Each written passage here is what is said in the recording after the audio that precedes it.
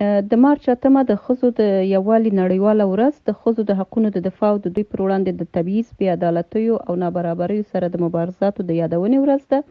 د نن څخه 123 کاله د مخه ښځو د لومړي ځل لپاره د خپلو د حقونو د اعادې لپاره هڅه پیل کړه او په تدریجي ډول دوی وشو کولی خپل هغه حقونه چې من حیث د یو انسان مستحق دي ترلاسه کړي. خو له بده مرغه چې د نړۍ په سطحه د ښځو د اعادې لپاره لومړنیو مبارزاتو څخه 123 کاله وروسته د افغانستان په نوم یو هیواد په نړۍ کې لا هم شتون لري چې په هغې کې د ښځو لومړني او بنسټیز حقونه برمته شوي دي. زه د افغانستان دننه خویندو باندې غږ کوم چې خپل د زده کړو بهیر د انجماد او انفعال حالت ته نه وړي.